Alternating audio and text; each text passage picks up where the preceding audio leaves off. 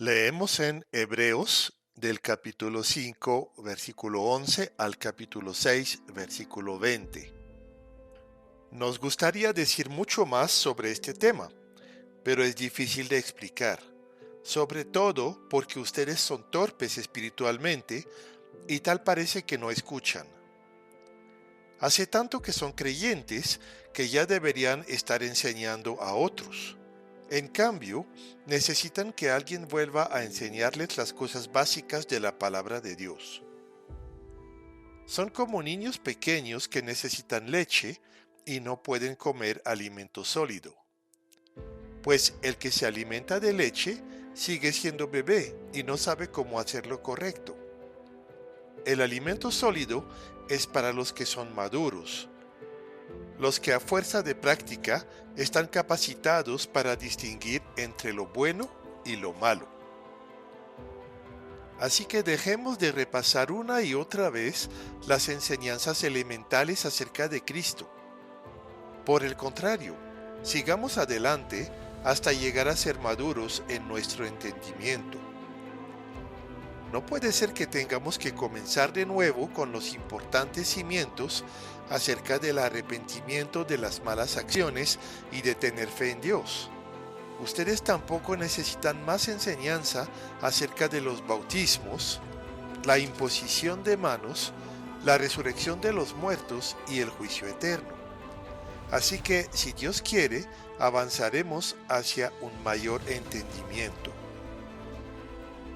Pues es imposible lograr que vuelvan a arrepentirse los que una vez fueron iluminados, aquellos que experimentaron las cosas buenas del cielo y fueron partícipes del Espíritu Santo, que saborearon la bondad de la palabra de Dios y el poder del mundo venidero, y que luego se alejan de Dios.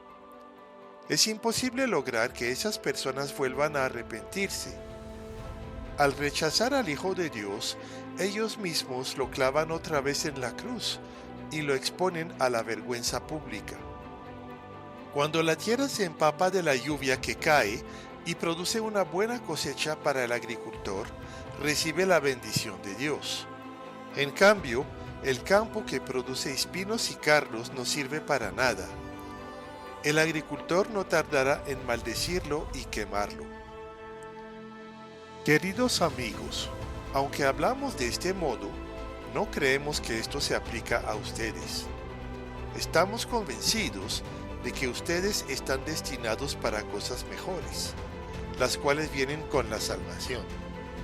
Pues Dios no es injusto, no olvidará con cuánto esfuerzo han trabajado para Él y cómo han demostrado su amor por Él sirviendo a otros creyentes, como todavía lo hacen.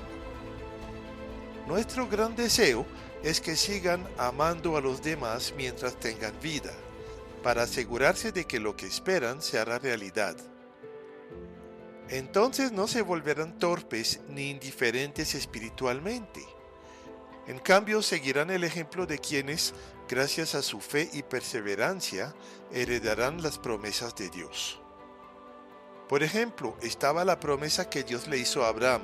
Como no existía nadie superior a Dios por quien jurar, Dios juró por su propio nombre diciendo: ciertamente te bendeciré y multiplicaré tu descendencia hasta que sea incontable.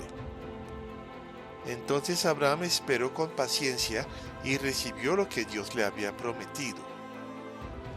Ahora bien, cuando las personas hacen un juramento, invocan a alguien superior a ellas para obligarse a cumplirlo. Y no cabe duda de que ese juramento conlleva una obligación. Dios también se comprometió mediante un juramento para que los que recibieran la promesa pudieran estar totalmente seguros de que Él jamás cambiaría de parecer. Así que Dios ha hecho ambas cosas, la promesa y el juramento. Estas dos cosas no pueden cambiar, porque es imposible que Dios mienta. Por lo tanto, los que hemos acudido a Él en busca de refugio, podemos estar bien confiados, aferrándonos a la esperanza que está delante de nosotros. Esta esperanza es un ancla firme y confiable para el alma. nos conduce a través de la cortina al santuario interior de Dios. Jesús ya entró ahí por nosotros. Él ha llegado a ser nuestro eterno sumo sacerdote según el orden de Melquisedec. Bueno, en este texto, el escritor interrumpe su presentación de Jesús como sumo sacerdote para tratar del tema de la incredulidad y falta de madurez espiritual de sus lectores. Parece que ellos empezaron bien en su vida cristiana, pero que con el tiempo se volvieron lentos y torpes. Este texto es uno de los más controversiales y difíciles de interpretar de toda la Biblia. Me refiero especialmente a los versículos 4 al 8 del capítulo 6. Es muy natural que cada cual lo interprete a la luz de sus propias convicciones teológicas. En mi caso lo voy a entender a la luz de mi convicción de que la salvación no se pierde, convicción que yo considero como ampliamente demostrada por las Escrituras. El texto de hoy se divide en 4 partes. La primera parte, del capítulo 5, versículo 11 al capítulo 6, versículo 3, es una exhortación a la madurez. Después en el capítulo 6, la primera parte, del 4 al 8, es una advertencia contra negar al Señor. Luego los versículos 9 a 12 nos dan una palabra de consuelo y de exhortación. Y finalmente los versículos 13 a 20 nos exponen la certeza de nuestra esperanza en Cristo. Bueno, veamos la primera parte, del 5:11 a 6:3.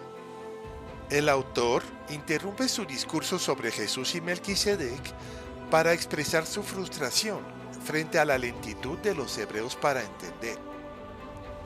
Parece que ellos en un principio habían sido iluminados por el Espíritu Santo y tenían una percepción aguda de las verdades espirituales del Evangelio. Pero con el tiempo, sus mentes se volvieron más lentas, probablemente porque intentaron analizar únicamente por medio de su propia inteligencia. Querían alimentarse de leche únicamente y no de alimento sólido. O sea que se complacían en repetir una y otra vez las enseñanzas del principio de su vida cristiana, pero no querían avanzar más allá. Para nosotros también se aplica esa invitación a seguir adelante, a aprender más, a buscar profundizar nuestro conocimiento del Señor. En 6, 1 y 2 se nombran esos fundamentos que los destinatarios de la carta habían aprendido. Y en realidad era un fundamento muy valioso, del cual muchos cristianos carecen. Pero no era bueno quedarse ahí. El Señor nos pide que sigamos adelante, que no nos estanquemos. Aunque no es el propósito central del texto, vamos a revisar rápidamente las doctrinas mencionadas aquí como fundamentos. Está primeramente el arrepentimiento de las obras muertas. No tanto como la versión que les leí, obras malas, sino obras muertas, las cuales son obras que no son pecaminosas, pero que tampoco agradan a Dios, porque son hechas fuera de la voluntad de Él y nos distraen de la obediencia en el Espíritu. La ley y la tradición judía incluían muchas obras muertas, igualmente muchas cosas que aprendimos en la sociedad o en la religión. Segunda doctrina, la fe en Dios, la cual reemplaza todas las obras de la ley. Tercero, la enseñanza sobre los bautismos, es decir, el bautismo de Juan, únicamente para arrepentimiento, el bautismo en agua en el nombre de Jesucristo y el bautismo del Espíritu. Luego, la imposición de manos, la cual era muy practicada en la iglesia primitiva para sanidad y para comisionar personas. Después, la resurrección de los muertos, una doctrina fundamental del cristianismo. Y finalmente, el juicio eterno, el cual es la otra cara de la salvación eterna. Es decir, que si existe una eternidad de felicidad con Dios, también existe una eternidad de dolor sin Él.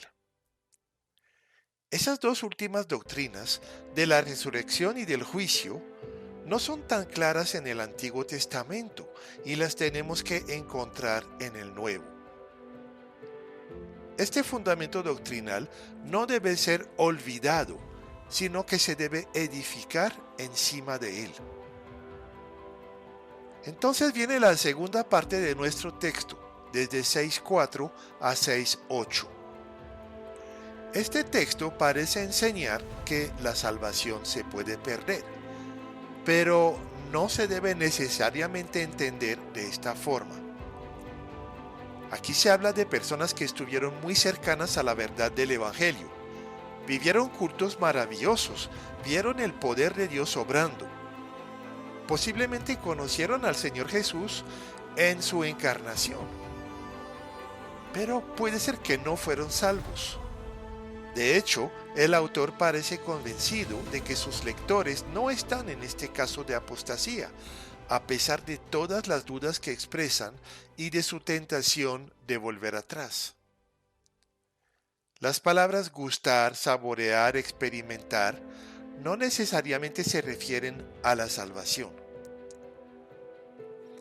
Pero igual demuestran que uno puede estar muy cerca de la salvación y después alejarse definitivamente. Una característica de aquellas personas es que rechazan deliberadamente al Señor. O sea que una persona que se preocupa por haber perdido la salvación está demostrando por su misma preocupación que no la perdió. Se dice aquí que esas personas vuelven a crucificar a Cristo, es decir, que se suman a los que le pidieron a Pilato que crucifique al Señor. Entonces, en los versículos 9 al 12, el escritor suaviza su exhortación y da una voz de ánimo. Ellos, sus lectores, han demostrado por sus obras el fruto de la salvación. Sus dudas no demuestran arrogancia, sino temor. Ellos dan evidencias de ser salvos. Pero se les exhorta a que sean diligentes y que se mantengan firmes en su fe. Hay muchas promesas que no han recibido todavía y que necesitan buscar con valor. Es de esas promesas, y especialmente de una promesa específica, que nos hablan los versículos 13 al 20. En primer lugar, se refiere a Génesis 22, 15 al 18, donde Abraham, después de haber puesto a Isaac en el altar, recibe la bendición de Dios. El Señor le promete al patriarca que su descendencia sería muy grande y poderosa. Pero en el versículo 18 habla en especial de la simiente, es decir, de Jesucristo. De la misma manera, nuestro texto de Hebreos condensa todas las promesas en una, diciendo la promesa nos está hablando de Cristo. Esta promesa es también nuestra esperanza, ya que atravesó el velo y nos lleva a la presencia misma del Padre Santo. Esta esperanza es como un ancla que nos sujeta firmemente en Dios mismo. Es muy importante notar que la esperanza no es un sentimiento, sino una promesa y un juramento de Dios mismo. Él personalmente se encarga de sujetarnos. Él no puede fallar. Pero para nuestro consuelo, necesitamos poner nuestras emociones a tono con la realidad de Dios. Dios no cambia. Nosotros nos podemos afirmar en Él cuando la vida nos zarandea.